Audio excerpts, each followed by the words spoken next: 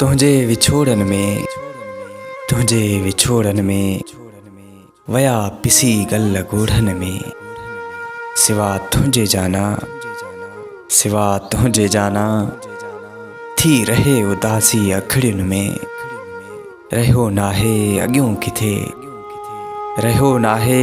किथे कुर्ब माण्हुनि मिठड़न में। केॾो सुकून हूंदो हो पंहिंजे पुराणे पखड़नि में। दर्द वया दिल में